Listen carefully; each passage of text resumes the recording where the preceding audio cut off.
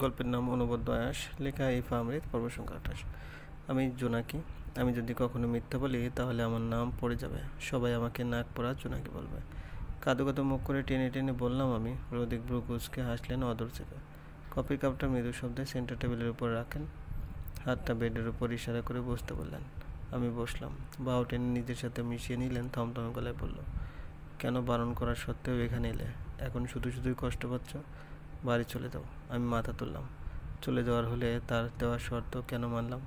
শর্ত সাপেক্ষ তিনি কিছুতেই এখন এই বাড়ি থেকে আমাকে বের করতে পারবেন না।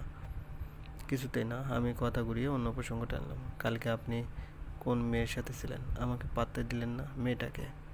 রোদিক গভীর ভাবনায় লিপ্ত হলেন। ভাবনা আয়ত্ত করতে না পেরে জিজ্ঞাসা করলেন, কোন মেয়ে? ভার্সিটির রাস্তায় যে মেয়েটা ছিল। রোদিক অট্টহাসিতে ফেটে পড়লেন। আমার খুব লোহময় অন্তরিক্ষ স্পর্শ করলো। রুদ্ধ হলাম আমি। আমাকে এভাবে দেখে রোদিক মজার ছলে বলে, ওইটা তো গার্লফ্রেন্ড, তবে বেশি দিন থাকবে না। ভাবছি আর একটা বিয়ে করব। বর্তমান বউ তো মনের দুঃখটাই বুঝে না। কথা যেন মোটেও অন্তঃকরণে ঠাঁই পেল না। কয়টা লাগে তার? ইয়ানা তারপর ছোট বোন, তাকে না কি ভালোবাসে? তাহলে সেপা গেছে, এখন আমি আছি। আবার আরেকটা মেয়েকে খুঁজছে। আমাকে আরেকটু খেপাতে গম্ভীর গলায় বলে, বেশি বউ সমান বেশি ভালোবাসা। আমি চোখ মুখ ছোট করে ফেললাম। অজান্তে অশ্রু গড়ালো চোখ বেয়ে। লোকটা এমন কেন? আমার অন্তরাত্মা কেঁপে ওঠে তার উদ্ভট কথায়। তবুও কেন এরূপ কথা বলেন? পরক্ষণে হো হা করে হেসে ফেললেন। আমাকে রেখে উঠে দাঁড়ালেন। কাবার থেকে সযত্নে একটা প্যাকেট বের করে হাতে দিলেন। আমি নিলাম না, একবার তাকালামও না। আমাকে রাগিয়ে এখন আধিক্যতা দেখানো হচ্ছে। আমার ভাবাবেগ না পেয়ে তিনি নিজেই প্যাকেট খুললেন। একটা স্মার্টফোন ভিতরে।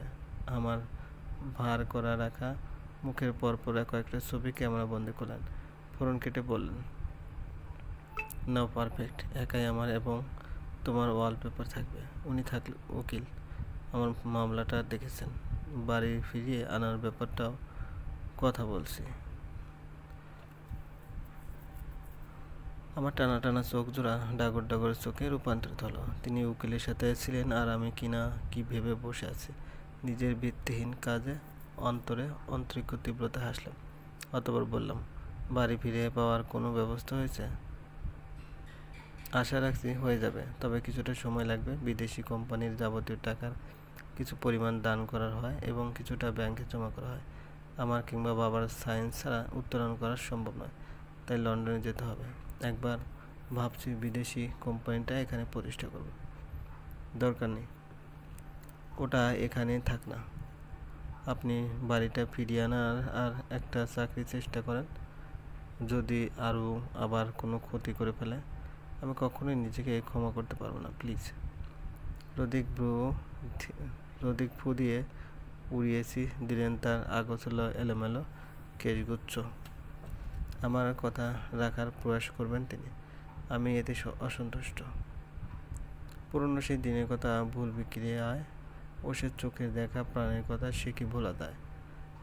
আয় আর একটিবার, আয় রে সখা, প্রাণের মাঝে আয়। মোরা সুখের দুঃখের কথা কব, প্রাণ জোড়াবে তাই। মোরা ভোরের বেলা ফুল তুলেছি দুলেছি দোলনায়, বাজিয়ে বাঁশি গান গেছি বকুলের তলায়। অন্তরিক্ষে কৃষ্ণবর্ণ মেঘের ছড়াছড়ি, শৈত্য হাওয়া বইছে। আমি মাথায় চিরুনি চালাচ্ছি আর মন খুলে গান গাইছি। গানটা ছোটোবেলা থেকে খুব পছন্দের আমার। হুট করে মেঘলা আকাশের সাথে তাল মিলিয়ে সুর তুলতে ইচ্ছা হলো। মাথার দুই পাশে দুই বেনুনি করে বেলকনি থেকে ঘরে এসে বসলাম। তৎক্ষণাৎ দেখা মিলল মিতা আন্টির। সে বেডের উপর বসে আছে, স্থির দৃষ্টি মাটির দিকে। আমি চিরুনিটি ব্রাশদানির মাঝে রেখে হাসি হাসি মুখে বলি, আন্টি তুমি এখানে বসে আছো? কখন এলে? আমাকে কেন ডাকলে না? ভাবনার ছেদ ঘটল তার। দীর্ঘ নিঃশ্বাস ছেড়ে বললেন, গানটা অনেক পছন্দের, শুধু আমার একার নয়, ওর বাবা, ইবু, ইয়ানাত।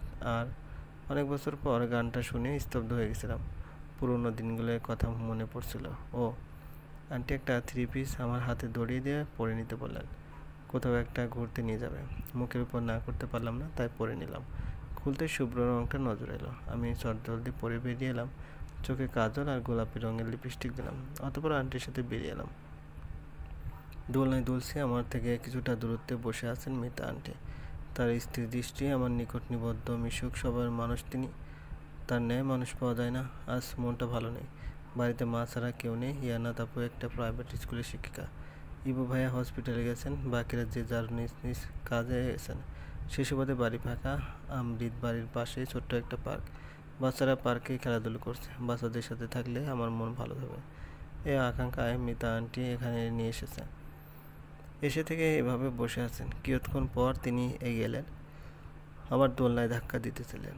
আমি সম্মতি দিলাম। তৎক্ষণাৎ একটা ছোট বাচ্চা ছুটে এলো, আন্টিকে জড়িয়ে ধরলেন। আদো আদো কণ্ঠে বলে, আমিও দোলনায় উঠবো নানিমা।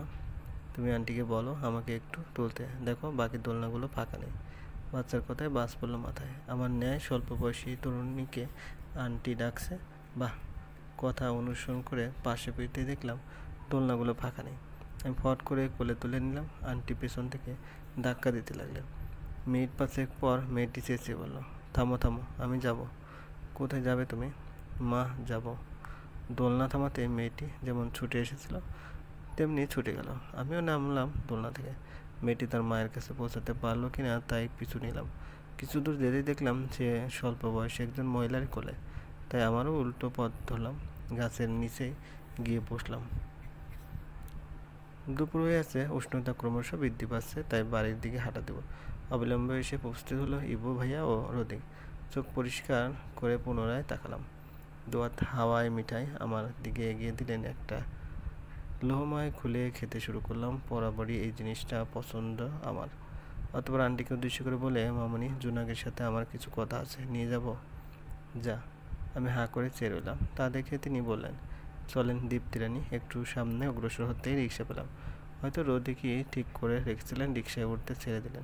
ছোট একটা ব্রিজের সামনে এনে দাঁড় করালেন। রোদিক ভাড়া মিটিয়ে হাঁটতে লাগলেন। আমিও তার পিছু পিছু হাঁটছি। কম হাঁটছি তো খাচ্ছি বেশি। রোদিক রেলিংয়ের উপর বসলেন। আমি বসলাম, হাতের উপর হাত রাখলেন। আমিও হাত ছাড়িয়ে একটু সরে বসলাম। শান্ত কণ্ঠে বললেন, জোনাকি, আমার পাশে বসতে ভালো লাগছে না বুঝি? বুঝতে পারলাম তার অভিমানী কথার ধরন। বিনিময়ে আর একটু এগিয়ে গিয়ে কাঁধে মাথা রাখলাম। হাসি মুখে কণ্ঠে বললাম, শুধু আপনার পাশে না, আপনার কাঁধে মাথা রেখে সর্বক্ষণ থাকবে আমার অনেক ভালো লাগে। এবারে নির্বিচ্ছিন্নতায় কেটে গেল প্রিয় মুহূর্তগুলো। উষ্ণ দুপুরেও বেশ তৃপ্তিদায়ক এই মুহূর্তটা। হুট করে তিনি বললেন, জোনাকি, আমি তোমাকে কিছু বলতে চাই। জি বলুন। দিনকে দিন বয়স বাড়ছে আদ্র, আমাদের অসচ্ছলতা বাড়ছে। বাবা চাইছে আদ্র বিয়ে দিয়ে নিশ্চিত হতে।